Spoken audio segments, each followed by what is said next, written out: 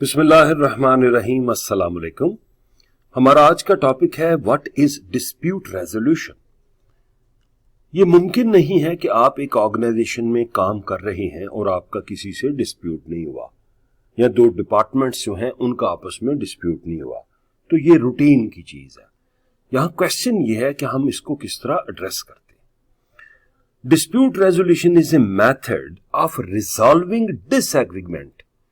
Resolving disagreements और claims between two parties. कि आपने हल करना है कैसा मसला, कैसा डिसएग्रीमेंट के जिस पे दोनों पार्टियों की मुख्तलिफ राय है, ताकि वो एक राय की तरफ आ जाएं। Such as employer and employees, कि ये दो मुखालिफ पार्टीज कौन हो सकती हैं कि भाई एम्प्लॉय है, उसके कुछ तकाजे हैं, कुछ रिक्वायरमेंट्स हैं, एम्प्लॉयर है, वो उसका कुछ स्टैंडर्ड है, वो दोनों मैच नहीं कर रहे, तो एक डिस्प्यूट बन जाएगा। तो असल डिस्प्यूट रेजोल्यूशन का मतलब यह है कि एक बंदा बैठेगा या एक टीम बैठेगी, दोनों की बातें सुन के इसका सोल्यूशन बनाएगी। The technique aims to achieve equality for both groups, और इसमें इक्वालिटी लानी होती है। ऐसा नहीं है कि एक को हम फेवर कर दें और एक को हम फेवर ना करें, तो ये प्रॉब्लमेटिक हो जाएगा। तो इसमें इक्वालिटी रखनी है ताकि एम्प्लॉय भी मोटिवेटेड रहे, सेटिस्फाई रहे और एम्प्लॉयर भी रहे।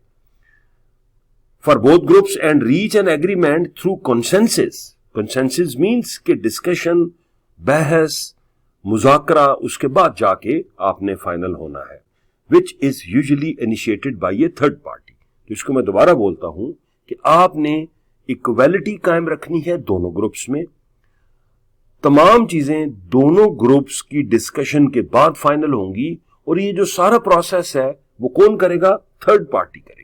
कोई एक सालिस तीसरा होगा जो इसको लेके चलेगा।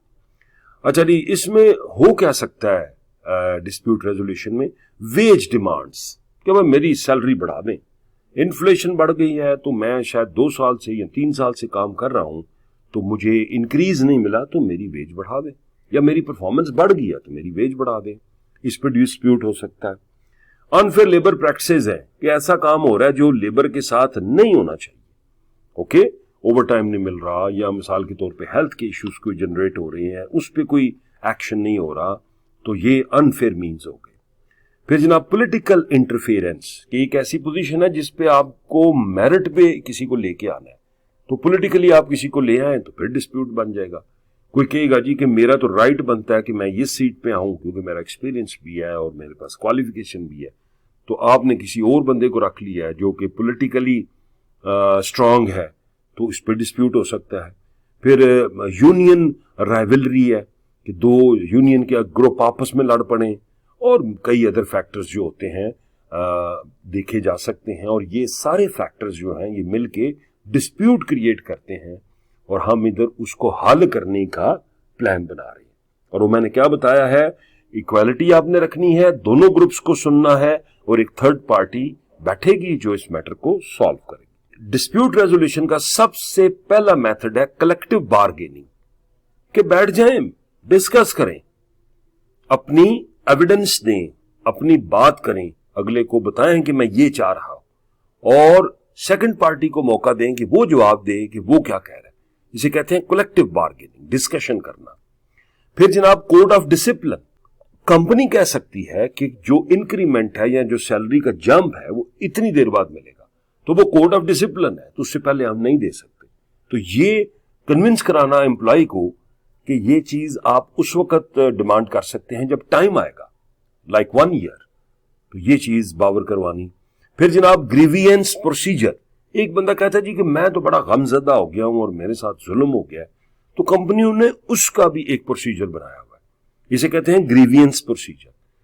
तो उसको एड्रेस करने के लिए एक पूरी कमेटी बनती है, और वो कमेटी सुनेगी, सुन के मैनेजमेंट से डिस्कस करेगी, और उसका जो गम है, उसका जो ग्रीवियंस वाला जो फेज है उसको ओवर करेगी। फिर जनाब आर्बिट्रेशन, इसमें भी समझौता होता है, दो पार्टियां बैठेंगी, बैठ के सुनेंगी और एक मसले का लीगल हल निकालेंगी। फिर कॉन्सिलिएशन, कॉन्सिलिएशन का मतलब होता है कि दोनों पार्टियों को किसी एक पॉइंट पे लेके आना कि चलो यार आप अभी छोड़ दो, आप ऐसे कर लो, आप छोड़ दो, ऐसे कर लो, अभी चलो 6 महीने बाद कुछ बात करते हैं, या 5 माह बाद कुछ बात करते हैं। कंसिलिएशन कर दी तो दोनों एक ही राय पे मुत्तफिक हो गए।